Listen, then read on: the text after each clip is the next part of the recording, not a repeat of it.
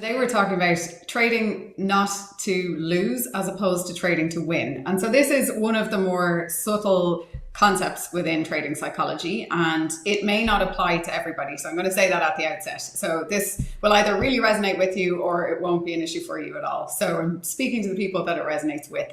And another caveat is just that what I'm going to talk about now, and the idea of trading not to lose being something that you'd like to steer clear of, that is not giving people a license to take on greater risk if this isn't an issue for you. So I'm just being very clear about that because it's only going to resonate with a portion of people. But what are we talking about? So we're talking about when you're trading and you have a mindset that you may not even be aware of that actually means that you're trading kind of defensively, or you're not actually fulfilling your true potential with it. And so what does that actually look like in terms of actions? How would you know that you're doing this? Well, if you're going against your trading plan in a way that you're moving your stop, so maybe you're moving your stop to break even when you're in a trade, but that's not part of your trading plan. Or maybe you're getting out of trades too quickly because you can't really stand the heat of being in the trade and the pressure of it, or you're afraid that you're going to give back profits to the market. So for some reason, you're deviating from your trading plan in a way that is causing you to not actually get everything out of your trade. And the key in this is, again, meaning that you're deviating from your plan. So it's not just if you're doing that and it's actually part of a structured strategic approach. It's if you're doing it and you'd actually prefer not to be doing it. So that's kind of trading not to lose. And it's a subtle difference between actually pressing on to try and get everything you can and reach your full potential trading, and then being more defensive, because it doesn't necessarily mean, if you're trading like this, it doesn't mean that you're going to be losing trades, because you're actually being quite defensive and you're trying to minimize risk.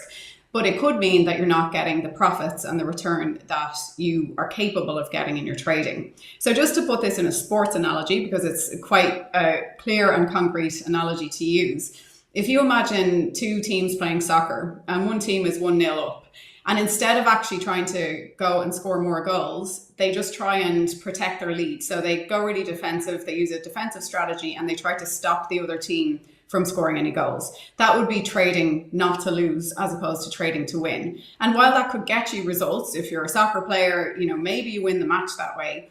But if a championship comes down to being decided on goal difference, then the team that hasn't actually pushed on to fulfill their true potential in terms of scoring goals will be the team that loses out. So, if it came down to that level of a difference. And so if you think of that in your trading, it's not that this will be causing you massive devastation potentially, but it really could be holding you back from achieving your true potential.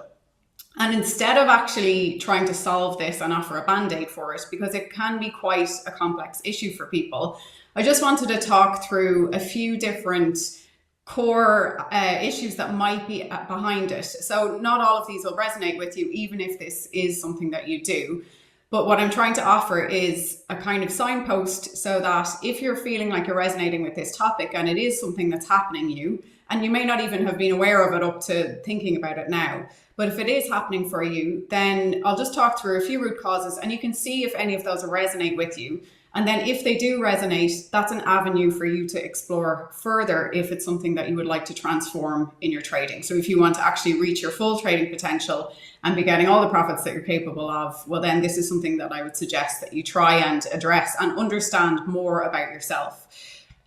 So the different root causes, what I've come across in my coaching at least, is one aspect of it can be a lack of self-confidence. So even though you're there and you're trading and maybe you're aspiring to be a professional trader, or maybe you currently are, there might be some part of you that doesn't actually believe that you can make it, so that you can't actually become this trader that's consistently profitable. And so instead of pushing for that goal, you're kind of trying to just not lose. So you're trying to prove that you can still be in the arena, that you can still be in the market, and you can still be trying this trading game, but you're not actually allowing yourself to push for the bigger goal that you want because you're holding yourself back because of a lack of self-confidence. So that's something to address if that's resonating with you.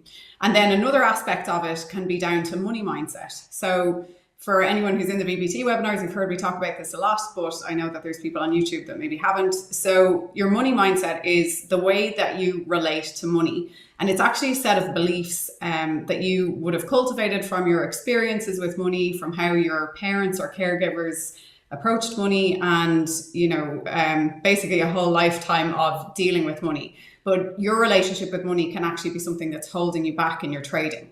So if you have a money mindset of lack or scarcity, so you're always afraid that you're going to run out of money, or you always feel that you just don't have enough no matter what's in your bank account, this can be playing out in your trading in terms of playing not to lose as opposed to playing to win, because you're in that kind of survival mindset where it's more important to protect what you have than it is to actually push for more. So that's how your money mindset can actually be contributing to you playing not to lose in your trading. And then another piece of it, and this is more complex, so I'll just name a few of these beliefs, but as we always do, come back to them: core limiting beliefs. So where people have beliefs in their subconscious mind that they may not be fully overtly aware of, and these may not even relate to trading directly or to money directly. But these are beliefs around things like not trusting that good things can happen to you or without your effort, so that you have to control everything and you have to put in effort for anything good to happen. That can play out with you actually micromanaging the trade. So getting out because you feel like actually it's going to go against me, or I'm going to have to give profit back here, even when your strategy tells you to stay in. So that's a way that can manifest for you. So if you're someone that tends to micromanage and need to control things, that can turn into trading not to lose. And some other ones then are just core limiting beliefs around needing to be right. So actually feeling like you can't make mistakes, that's some threat to your subconscious if you make mistakes, or your kind of tendency towards perfectionism. These different core beliefs that might be in your subconscious could be playing out in your trading, and essentially they lead you to trying to protect any profits that you have gained already. So especially if you've had a trade that goes for you, so you've won money on the trade before, and then you go into the next trade and then you find yourself actually getting out too soon or moving your stops or whatever because you're so afraid of losing the profit that you've banked. So that's kind of defensive trading. And when that doesn't align with your trading plan, it's possibly a mindset of trading not to lose. And as we said, while it's not necessarily devastating to your trading, it means that you're holding yourself back from fulfilling your true potential. So there are a few avenues for you to explore if you find that this is resonating with you. And there's a load more content in the BBT webinars as to how you might actually go around resolving this. So just direct people to those if you want to dig into this in more depth. Awesome. Thank you very much, Créde. And we look forward to seeing it tomorrow evening too. Thanks, Norm. See you. Have a great day.